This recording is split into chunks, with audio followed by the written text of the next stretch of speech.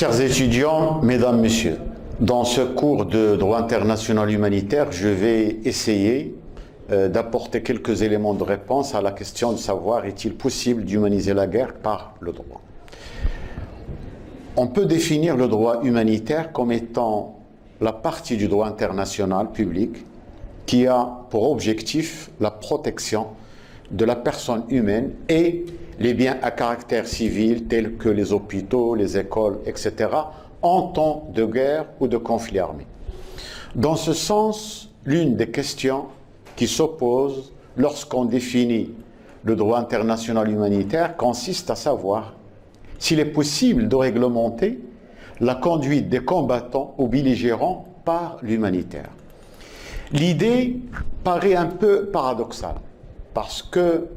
la guerre évoque un état de non-droit dans lequel la force fait loi. Pour Clausewitz, qui est un écrivain spécialiste en matière de droit de la guerre, il précise qu'il est absurde de réglementer la guerre. Pourquoi? À son avis, la guerre est un acte de violence dont le but est de détruire l'adversaire. Dans ce contexte, la protection de la personne humaine contre les effets de la guerre n'est pas une idée nouvelle. La pensée humanitaire a des racines beaucoup plus profondes qui sont aussi anciennes que la guerre elle-même. On a dit parfois que la guerre était la mère de la science du droit des gens. En effet, même si le premier ouvrage sur le droit de la guerre ne date que du XVIIe siècle, il existe quelques chapitres traitant certains aspects de la guerre peuvent être retrouvés dans les œuvres de certains auteurs théologiens. Je peux citer à titre d'exemple Francisco de Victoria, qui a repris les idées de saint Augustin sur le droit naturel. De Victoria condamne les souffrances inutiles des combattants et les massacres des innocents. Par la suite, la question de la guerre juste amène Hugo Grotius à exposer sa conception qui se fonde sur la détermination de la cause juste, autorisant un peuple à recourir à la guerre.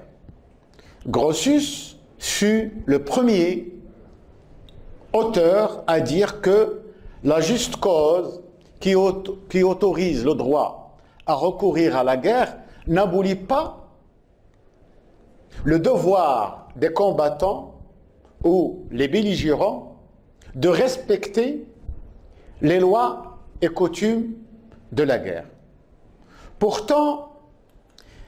il fallut attendre la Renaissance pour qu'on s'intéressât davantage sur le sort des personnes frappées par les maux de la guerre ou ce qu'on appelle dans le lexique juridique en droit humanitaire les victimes de guerre. Et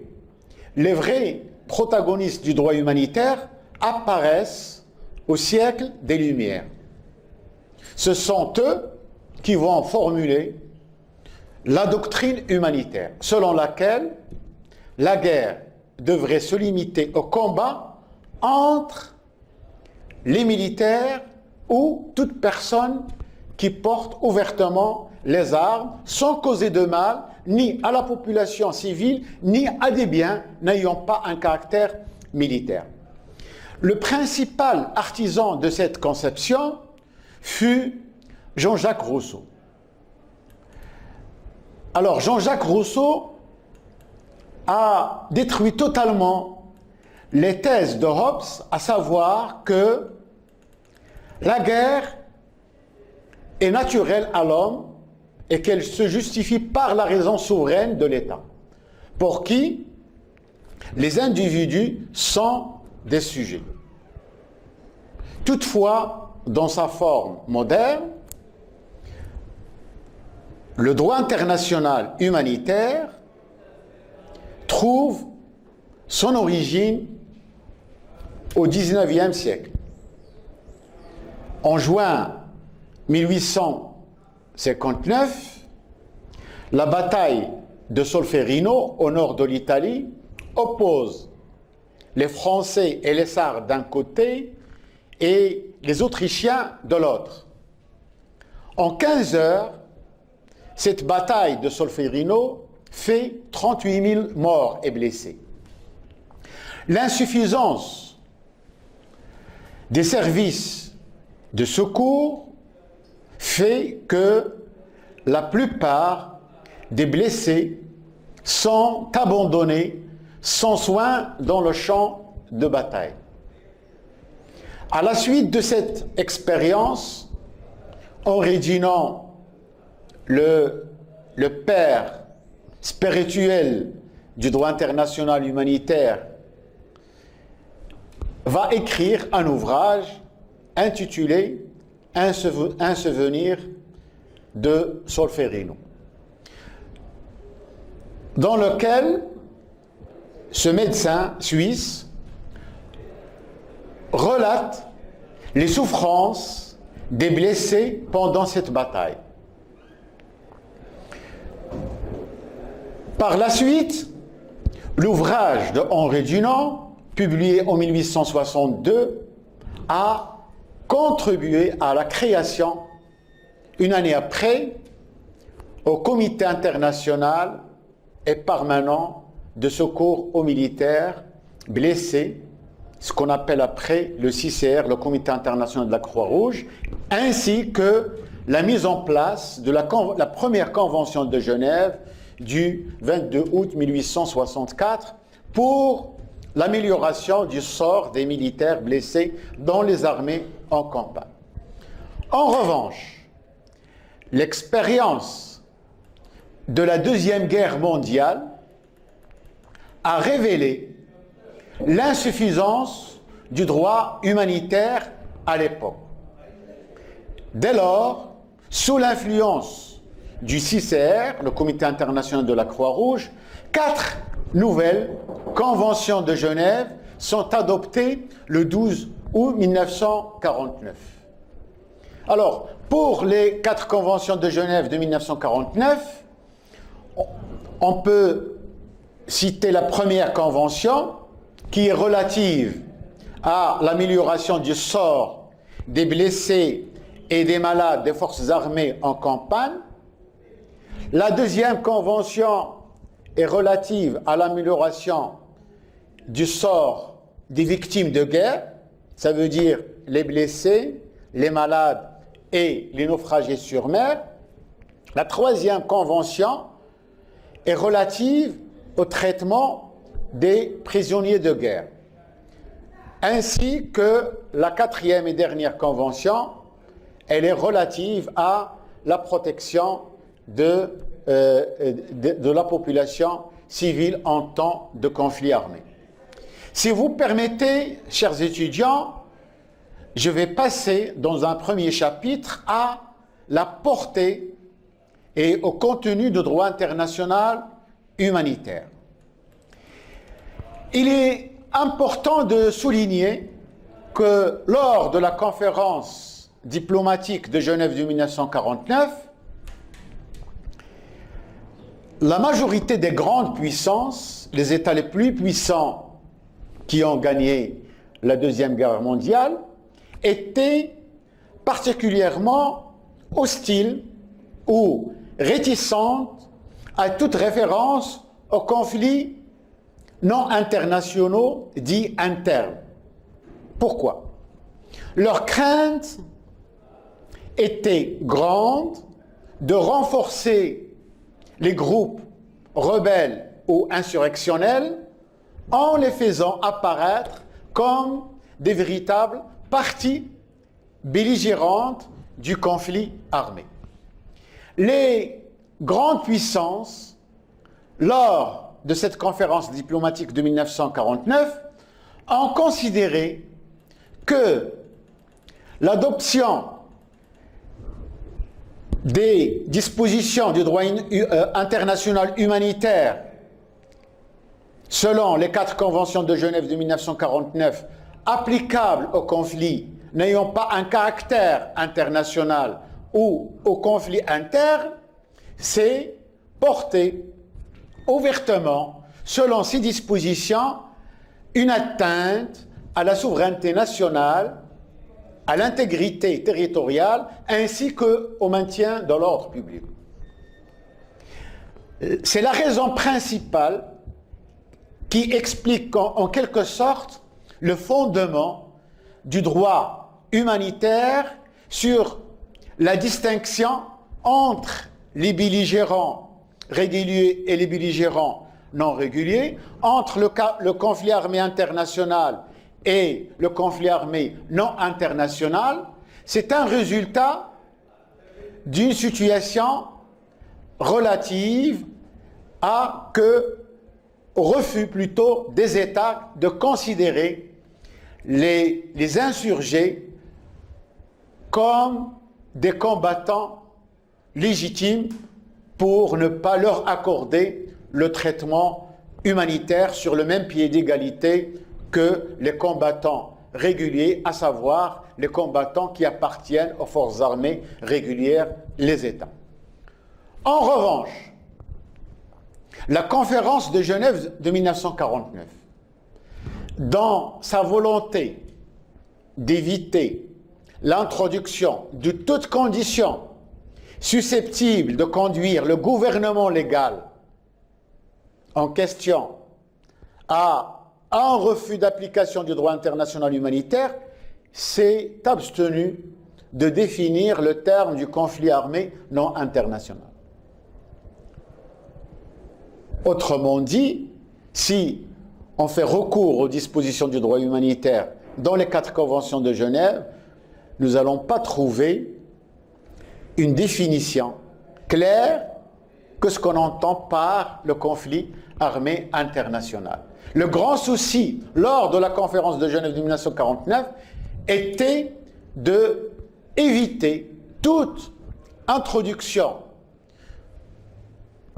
de toute condition susceptible qui pourra éventuellement conduire les États signataires à refuser le droit humanitaire dans son ensemble. De ce fait, l'expression de conflit armé non international est si générale que cette situation a laissé, et c'était voulu, une large liberté d'appréciation au gouvernement signataire quant à la nature des événements qui se produisent sur le territoire. D'autant plus que le droit international humanitaire est basé sur des engagements dont l'exécution dépend des États pour garantir l'ensemble du droit humanitaire, à savoir les 4 conventions de Genève de 1949 et les 2 protocoles qui vont arriver après, les 2 protocoles additionnels de 1979. Ceci dit, il nous apparaît fondamental par conséquent, dans le cadre de l'analyse du contenu de droit international humanitaire, d'examiner les rapports qui existent entre le droit international humanitaire et d'autres disciplines telles que les droits de l'homme, dans une première section, ainsi que les rapports qui existent entre le droit humanitaire proprement dit et le droit de la guerre dans une seconde section. Dans le cadre de l'analyse des rapports qui existent entre le droit international humanitaire et les droits de l'homme, il faut préciser que la Déclaration universelle des droits de l'homme de 1948 affirme dans son article 1er que tous les êtres humains naissent libres et égaux en dignité et en droit. Cependant, la garantie des droits de l'homme, dans le champ d'application du droit international humanitaire, est concentrée, ce qu'on appelle dans le lexique des droits de l'homme, au noyau dur des droits humains, à savoir le droit à la vie, à l'intégrité physique et à la liberté de la personne humaine. Les 4 conventions de Genève de 1949 posent dans l'article 1er commun l'obligation pour les hautes parties contractantes de respecter et de faire respecter en toutes circonstances les règles de droit international humanitaire contenues dans ces instruments. Si vous permettez, cette formule de l'article 1 commun aux 4 conventions de Genève implique que les respects des principes humanitaires en toutes circonstances relèvent de la responsabilité des États et que la violation des principes humanitaires constitue un fait internationalement illicite qui met en cause la responsabilité internationale de l'État en matière du respect des normes humanitaires en toutes circonstances. Autrement dit, l'obligation de l'article 1er commun aux 4 conventions de Genève de respecter et de faire respecter le droit humanitaire en toutes circonstances rend le droit humanitaire une obligation pour tous les États sans exception. Et par conséquent, le droit humanitaire doit intégrer l'ordre juridique interne de chaque État dans le cadre de l'harmonisation de l'arsenal législatif avec les normes humanitaires internationales. En d'autres termes, cette obligation de l'article 1er commun rend chaque État débiteur du respect des droits humanitaires vis-à-vis et à l'égard de la communauté internationale dans son ensemble. Puisque tout État a intérêt juridique de respecter et de garantir la protection des droits fondamentaux de l'homme en toutes circonstances. Ceci dit, les normes du droit humanitaire relatives à la protection de l'homme en temps de conflit armé ont un caractère erga omnes, auquel se réfère le célèbre arrêt de la Cour internationale de justice concernant l'affaire Barcelona Traction de 1970, dans lequel, pour définir un peu c'est quoi cette obligation erga omnes, la CIJ, la Cour internationale de justice, a reconnu l'existence de 2 catégories d'obligations. Certaines obligations quand les États envers la communauté internationale dans son ensemble, par la nature même de ces obligations, et vu l'importance du contenu de ces obligations, à savoir la protection des droits fondamentaux de la personne humaine en cause, la CIJ déclare dans ce célèbre arrêt de 1970 dans l'affaire Barcelona Traction que tous les États peuvent être considérés comme ayant un intérêt juridique international vis-à-vis de la communauté internationale dans son ensemble à ce que ces droits, les droits de l'homme, soient protégés en temps de conflit armé. Cette constatation de la CIJ amène à déduire que les normes du droit humanitaire qui interdisent la violation des droits fondamentaux de l'homme en temps de conflit armé ont une valeur de jus cogens. Pour revenir un peu à cette définition de jus cogens, il faut souligner que l'article 53 de la Convention de Vienne sur le droit des traités de 1969 cautionne le concept de jus cogens. Il stipule que le jus cogens, c'est une norme impérative du droit international général, acceptée et reconnue par la communauté internationale des États dans son ensemble en tant que norme à laquelle aucune dérogation n'est permise et que ne peut être modifiée que par une nouvelle norme de droit international générale ayant le même caractère. Ceci dit, la Déclaration universelle des droits de l'homme de 1949 a été conçue pour protéger l'individu en toutes circonstances. Cette idée de l'existence des normes impératives n'est pas neuve. Georges Haussel a affirmé l'existence des normes coutumières supérieures à un droit commun international, incluant par conséquent les normes garantissant les droits fondamentaux de l'homme, à savoir droit à la vie, droit à l'intégrité physique et morale. D'ailleurs, pour revenir un peu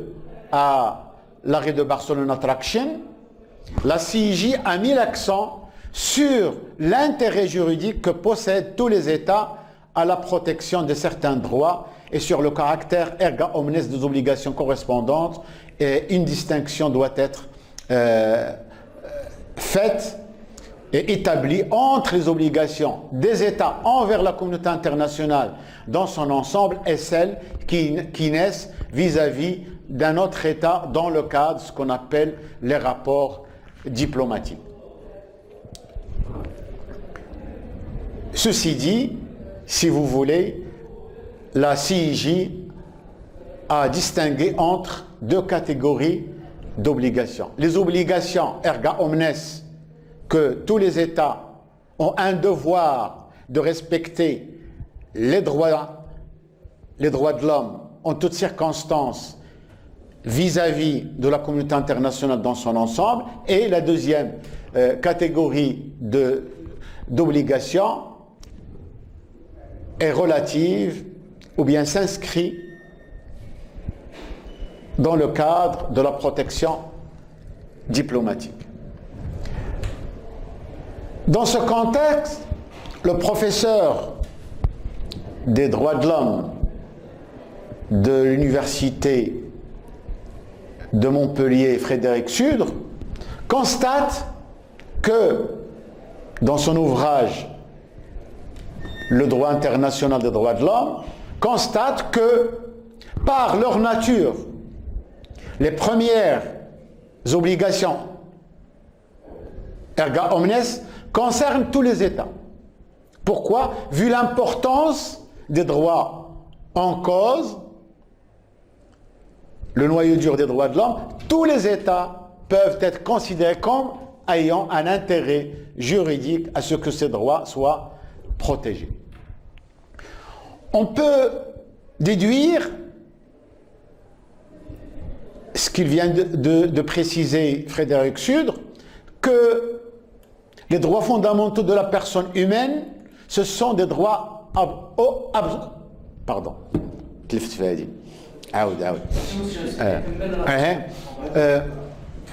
que les droits fondamentaux de la personne humaine sont des droits absolus. Et aucune situation de conflit ne permet d'apporter des dérogations aux règles qui édictent le respect. Leur reconnaissance au profit d'un individu ne tient pas compte de l'appartenance nationale aux politiques de la personne humaine. Cela dit, les gouvernements ont un intérêt pour le compte de la collectivité internationale d'accomplir l'application du droit humanitaire en temps de guerre. Dans ce sens, même s'il existe des contextes où les États peuvent supprimer certaines libertés publiques sur leur territoire, telles que la liberté d'association, d'expression, de circulation ou autres, il reste néanmoins des droits que les États ne peuvent jamais abolir, tels que le noyau dur des droits de l'homme, les droits essentiels qui sont créés par le Dieu, les droits essentiels à la personne humaine, des droits qui sont nés avec la personne humaine et qui font partie du traitement humain qu'il faut observer en toutes circonstances, soit en temps de paix, soit en temps de guerre. Il paraît évident que les droits de l'homme et le droit international humanitaire sont indissociables, demeurent les deux faces d'une seule et même réalité. La sauvegarde de l'une comme de l'autre exige le respect absolu de la personne humaine. Cette analyse est renforcée par le fait que les droits à la vie et à l'intégrité physique sont énoncés dans les différentes dispositions des 4 conventions de Genève de 1949 et les 2 protocoles additionnels de 1917, applicables en temps de conflit armé comme un ensemble des droits fondamentaux indissociables, y compris le droit de ne pas être torturé, le droit de ne pas être déplacé par la force, au titre des garanties fondamentales indispensables qui figurent dans le noyau dur humanitaire ou le standard humanitaire minimum de l'article 3 commun aux 4 conventions de Genève et le protocole additionnel 2 garantit à toute personne en temps de conflit non international. Ceci dit, après cette analyse, il est très intéressant de soulever un exemple de l'actualité internationale, à savoir le traitement inhumain des victimes des camps de Tindouf qui engagent la responsabilité du Front de Polisario sur le plan international. Une telle exigence se justifie précisément par le fait que, d'après l'article 3 commun aux 4 conventions de Genève de 1949, la responsabilité internationale du Front du Polisario est priori engagé pour tout acte hostile contre la population civile.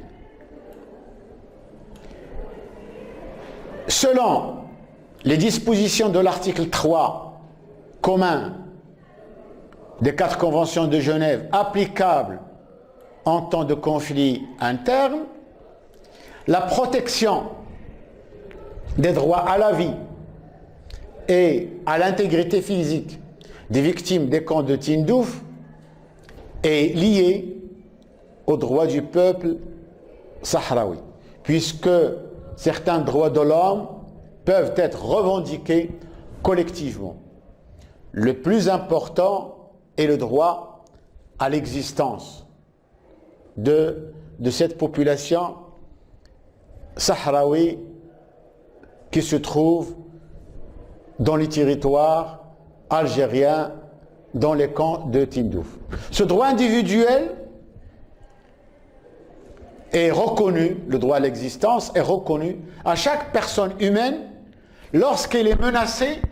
pour raison de son appartenance à un groupe ethnique ou racial et que constitue un acte criminel commis en temps de paix comme en temps de guerre dans l'intention de détruire un groupe national, ethnique, racial ou religieux, que les États s'engagent. Et là, la responsabilité internationale de l'Algérie est mise en cause puisque les États s'engagent à prévenir et à punir comme il est défini par la Convention pour la prévention et la répression du crime de génocide du 9 décembre 1948. Ce rapprochement explique que la protection des droits de l'homme de la population civile sahraoui de Tindouf doit être préservée dans le cadre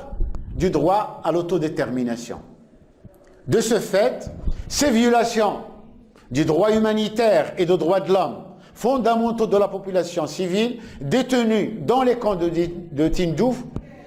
par le Front du Polisario, telles que la torture, la détention arbitraire,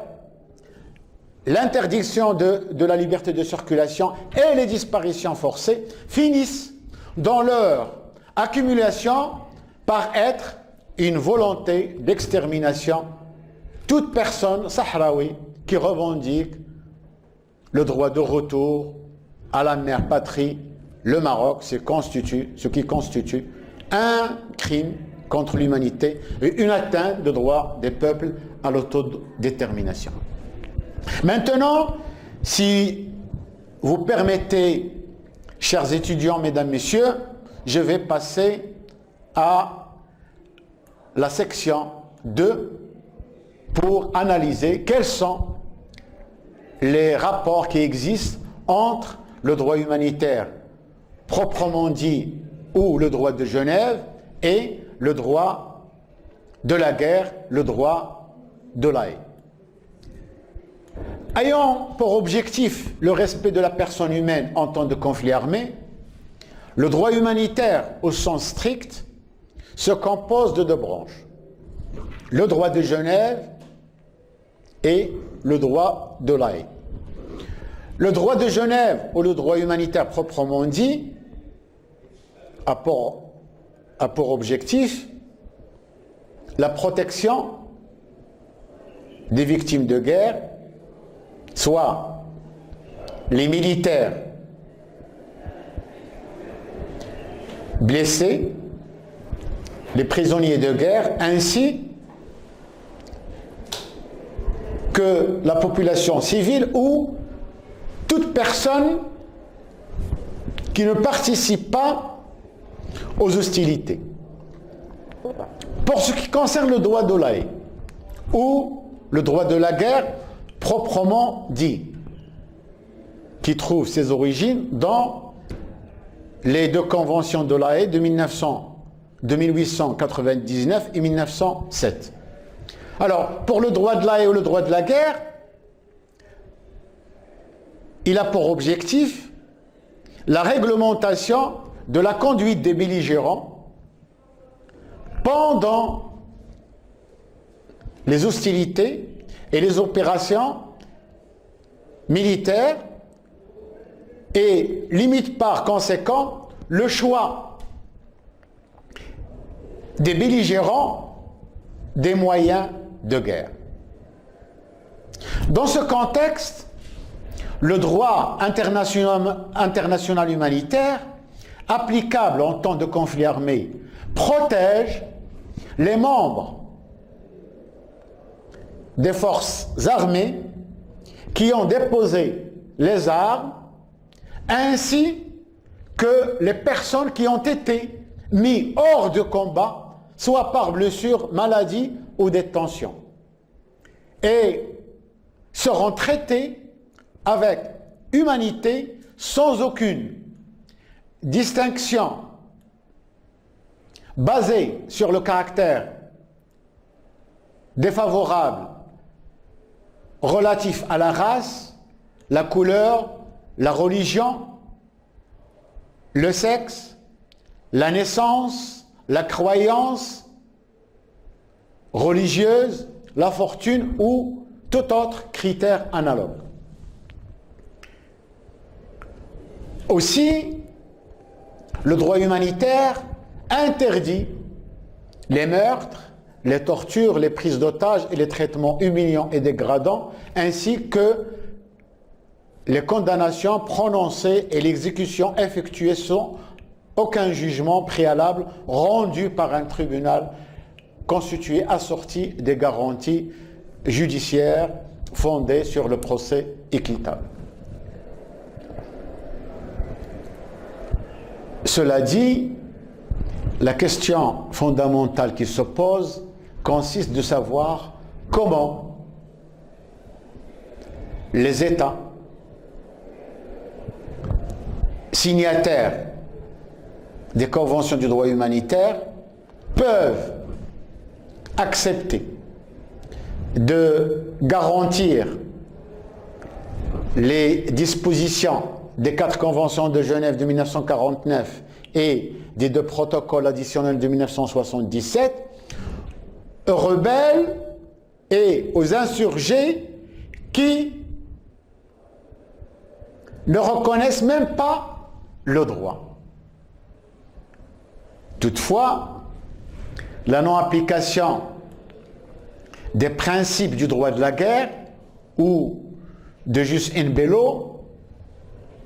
aux combattants insurgés appelés combattants irréguliers est une conséquence majeure de la non-reconnaissance des rebelles par le droit international dans son ensemble. Puisque, comme vous le savez, le droit international, c'est un droit des États. C'est un droit qui s'adresse aux États, c'est un droit qui est appliqué, qui est mis en œuvre par les États. Les défenseurs du droit humanitaire pensent que parmi les principes classiques sur lesquels le droit de la guerre se fonde, il existe le principe d'impartialité, de l'assistance et de secours. Cette notion d'impartialité se réfère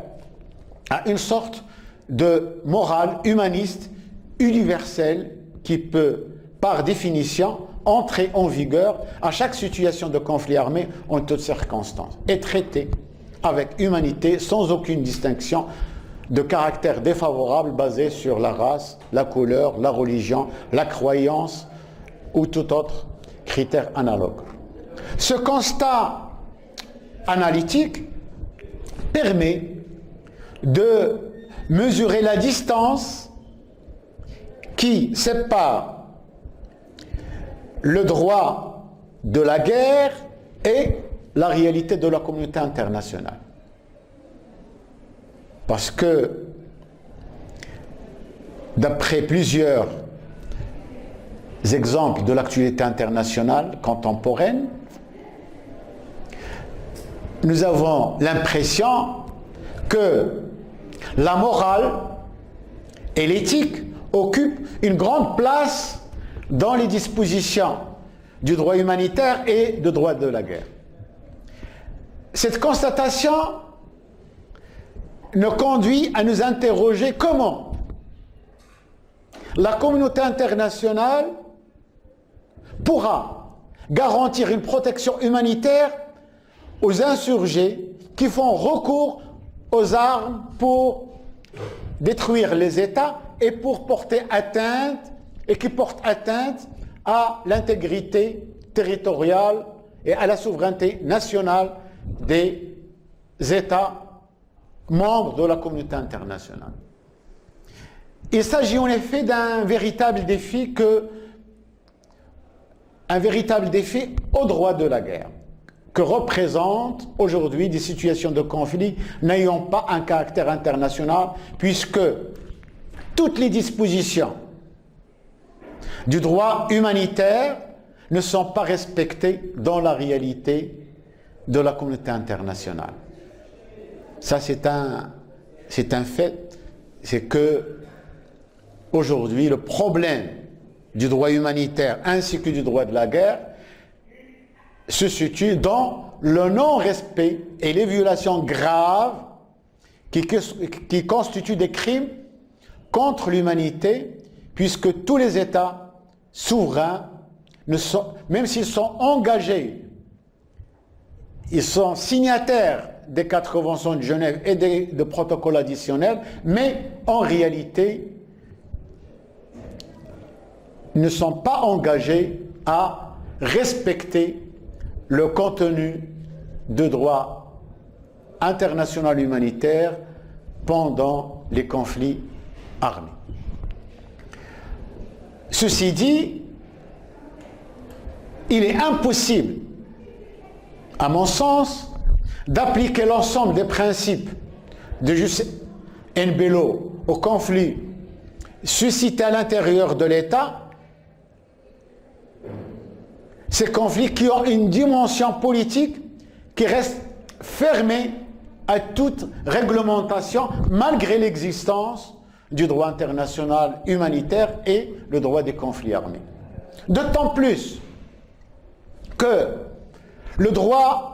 international humanitaire lui-même fait la distinction entre, selon ses dispositions, entre les membres des forces armées régulières et ceux qui ne le sont pas. Ça veut dire les personnes insurgées qui se révoltent contre le pouvoir en place. Ceci explique pourquoi les États considèrent inconcevable d'appliquer l'ensemble du droit de la guerre et du droit humanitaire en cas de conflit interne et donner par là même le statut du combattant régulier aux insurgés dont le droit de faire la guerre et n'est pas reconnu par le droit international public. La pratique actuelle montre que la situation des tensions internes a toujours hanté les États. Les États considèrent la rébellion et l'insurrection comme un danger qui menace l'intégrité nationale, la souveraineté nationale, ainsi que la paix et la sécurité internationale. Les États considèrent que l'insurrection ou la rébellion est équivalent à une remise en question du pouvoir en place. C'est la réalité dans la communauté internationale. Par conséquent, la mise en œuvre des règles du droit de la guerre ou du jus in bello par les États au profit des combattants irréguliers est loin, à mon sens, comme j'ai dit, d'être effective. De ce fait, si on veut revenir à la Charte des Nations Unies, spécialement dans l'article 2, paragraphe 4. Alors, l'article 2, paragraphe 4, stipule les membres de l'organisation, les membres de l'ONU, s'abstiennent dans leurs relations internationales de recourir à la menace ou à l'emploi de la force, soit contre l'intégrité territoriale ou l'indépendance politique de tout État, soit de toute autre manière incompatible avec les buts de la Charte des Nations Unies. De ce fait, la Charte de l'ONU, dans son article 2, paragraphe 4, protège l'intégrité territoriale et l'unité nationale des États et interdit par là même toute ingérence dans le fort interne des États souverains. Aussi, la résolution 2625 interdit le recours aux atteintes totales ou partielles à l'égard de l'intégrité territoriale ou à l'unité politique de tout État souverain. En revanche, le statut de combattant régulier et celui de prisonniers de guerre constituent la base du champ d'application du droit de la guerre en temps de conflit armé. Ces statuts de droit de la guerre ne sont pas reconnus, comme c'est déjà précisé, aux insurgés qui ne bénéficient du traitement sur le même pied d'égalité des combattants réguliers, des combattants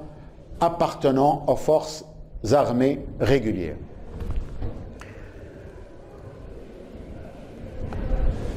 En effet, la question du statut de combattant régulier et de prisonnier de guerre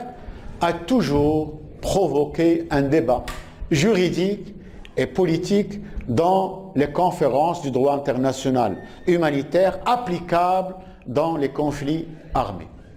Dans ce contexte,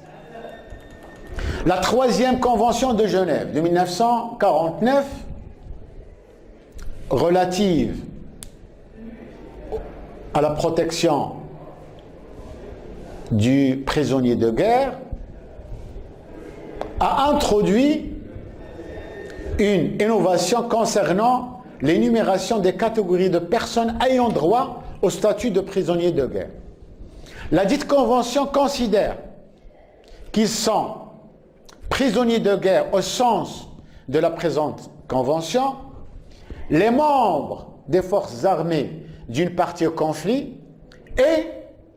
les mouvements de résistance qui luttent contre l'occupation étrangère, qui sont organisés et qui remplissent les conditions suivantes. 1. Avoir à leur tête une personne responsable pour ses subordonnés. 2. Avoir un signe distinctif fixe et reconnaissable à distance. 3. Porter ouvertement les armes. La quatrième condition, la quatrième et la dernière condition, se conformer dans leurs opérations aux lois et coutumes de la guerre. De ce fait, l'application ou la mise en œuvre du statut de prisonnier de guerre ou jus ad bellum s'adresse, comme peut le déduire après la lecture des dispositions de l'article 3 commun, la troisième convention de Genève,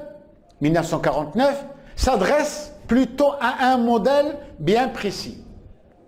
celui des armées classiques et des mouvements de libération nationale qui luttent contre une occupation coloniale étrangère. Par conséquent, la troisième convention de Genève de 1949 refuse toute protection aux rebelles ou insurgés rejetés dans l'irrégularité à partir du moment où ils n'utilisent pas les mêmes méthodes de guerre par les forces armées régulières. Parce que, comme vous le savez très bien, les insurgés, comme c'est l'exemple dans dans l'actualité internationale, plusieurs exemples de l'actualité internationale font recours à des méthodes de guérilla qui sont interdites par le droit international public. Le modèle des forces armées régulières trouve son application dans une guerre étatique de type classique, à condition que les deux parties au conflit soient à peu près de force égale.